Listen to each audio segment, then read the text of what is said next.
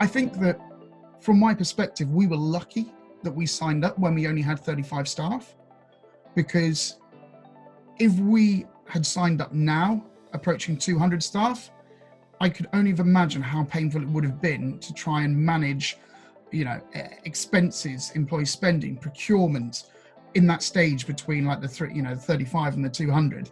We would have had to have employed people whose sole job would have been to do procurement, to basically be the workflow. We wouldn't have been handing around a company card, that's for sure. But I don't really know how we would have done it. Maybe traditional, Amex cards, but then they don't have that ability where you can workflow things out, where we can allocate to an individual that they can spend X amount without any authorization required. Obviously, there's a bit of trust that we put into our employees to do that. But it allows them to buy anything they want, really, that can make their job better. If they want to spend more than that, it automatically workflows out to managers, which again for us is great, because previously in the finance team, it was like, you were authorizing something for £500, which, a manager really should be authorizing within their team. So yeah, of course you can do that.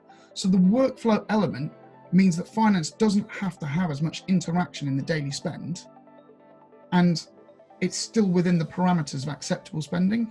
So for me, it allows me to control and understand what is being spent.